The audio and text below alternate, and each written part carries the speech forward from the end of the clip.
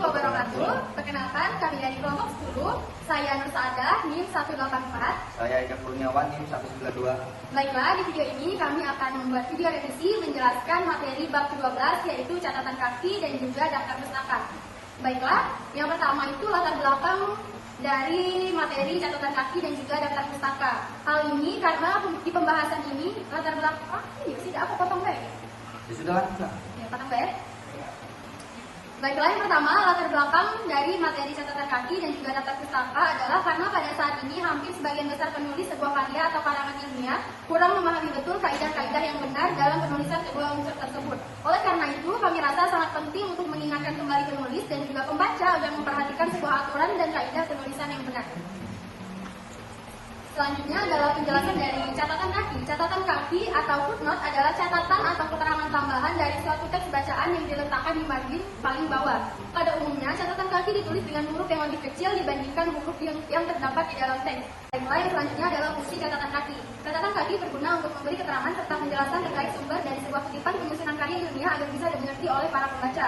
Yang kedua, guna untuk menghargai sumber dari kutipan yang telah dikutip. Dan yang ketiga, untuk menunjukkan referensi lainnya agar pembaca karya ilmiah bisa mengetahui alasan secara lebih jelas tentang istilah yang digunakan di dalam karya ilmiah tersebut. Selanjutnya adalah cara membuat catatan kaki. Yang pertama, nama pengarang harus ditulis dengan lengkap dan tidak dibalik susunannya. Yang kedua, semua unsur dihubungkan dengan tanda koma kecuali setelah tempat terbit dihubungkan dengan tanda titik dua. Ketiga, judul buku dan juga nama jurnal ditulis dengan cara dicetak miring. Selain buku seperti artikel di majalah maupun koran, internet, skripsi dan tesis, judul sumber tidak perlu ditulis miring. Dan yang keempat, tempat terbit, penerbit dan juga tahun terbit ditempatkan dalam tanda koma. Selanjutnya, istilah-istilah yang sering digunakan di dalam catatan kaki. Sehingga kita hanya mengutip sekali dari satu sumber bacaan, tetapi 2, 3, atau lebih kita mengambil kutipan dari sumber bacaan tersebut. Cara praktis yang dapat kita terapkan adalah dengan mencantumkan catatan kaki singkat. Ada 3 istilah di dalam catatan kaki yang singkat, yaitu yang pertama adalah ibid. Ibid itu adalah bentuk singkat dari ibidium yang artinya sama dengan di atasnya. Ibid di bawah sumber bacaan yang diacu. Yang kedua adalah log.cit adalah bentuk singkat dari loco citati, artinya tempat yang telah dikutip. Dan yang ketiga adalah objek adalah bentuk singkat dari opera citati, artinya di dalam karya yang telah dikutip. Baiklah, selanjutnya adalah daftar pustaka yang akan dijelaskan oleh rekan saya. Pengertian daftar pustaka. Daftar pustaka adalah tulisan yang berbeda di akhir, berada di akhir sebuah karya tulis ilmiah yang digunakan sebagai sumber atau referensi oleh seorang penulis dalam menyusun sebuah karya tulis ilmiah baru. Penulis daftar pustaka secara umum terdiri atas nama penulis, tahun terbit, judul tulisan, identitas penerbit, dan lokasi penerbit yang ditulis urut secara adil dari atas ke bawah.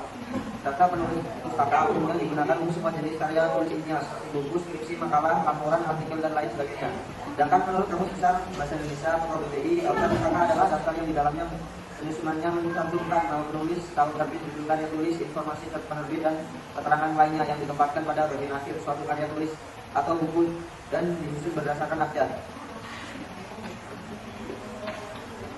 Tujuan daftar pustaka. Yang pertama, mendaftar atau menyusun informasi mengenai buku serta bahan pustaka yang terkait dalam susunan logistik dan bermanfaat. Yang kedua, untuk membantu pemakai dalam menentukan keberadaan bahan baku pustaka atau mengenai sebuah buku yang populer.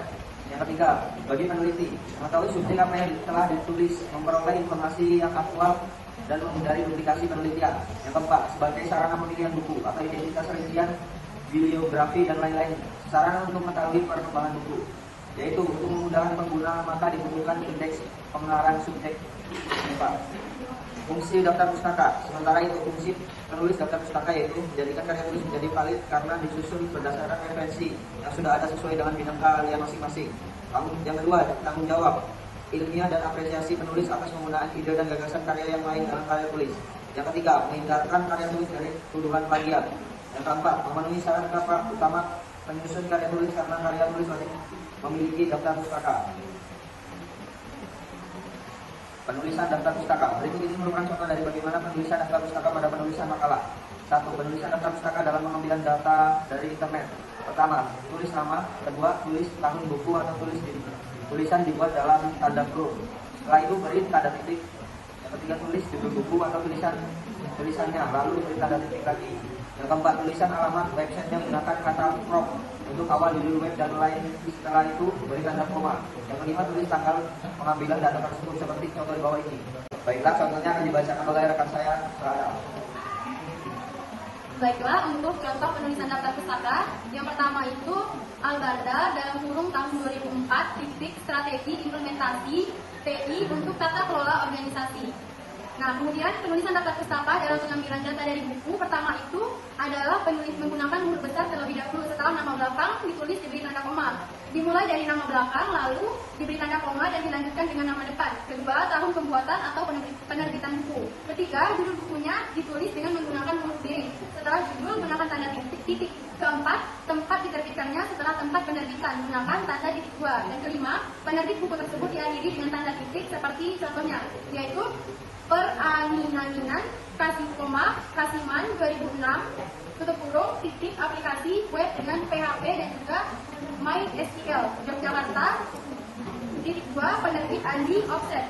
Contoh kedua, Sutino, Harimurti, buka kurung, tahun 2005, tutup kurung, titik, cara mudah menginstal web server berbasis Windows Server 2003, titik Jakarta, titik 2, Alex Media, Komputi Indo. Penulisan daftar pustaka yang lebih dari satu atau dua orang penulis di dalam buku yang sama. Pertama, tulis nama belakang dari penulis yang pertama setelah nama belakang diberi tanda koma. Lalu tulis nama depan, jika nama depan berupa singkatan, tulis saja singkatan itu setelah nama pertama. Selesai, kemudian beri tanda titik, lalu beri tanda koma. Untuk nama kedua atau ketiga, ditulis nama seperti nama Sali Alis. Tidak ada perubahan.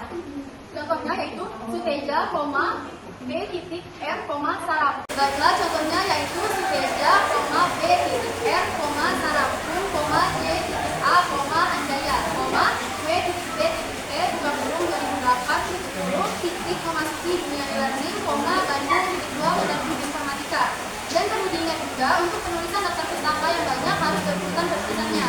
Nama dari sumber yang diambil sebagai daftar pustaka dituliskan berdasarkan urutan abjad dari masing-masing nama tertentu, dimulai dengan abjad A sampai dengan Z setelah urutan penulisan daftar pustaka yang baik, yaitu sesuai dengan urutan nama-namanya. Dari penjelasan ini dapat kita simpulkan bahwa catatan kaki adalah keterangan sumber tulisan, pernyataan atau pendapat yang ditulis di bagian bawah halaman atau di bawah suatu tulisan. Catatan kaki ini sangat penting di dalam penulisan artikel, terutama yang banyak mencantumkan kutipan dari berbagai sumber. Sedangkan daftar pustaka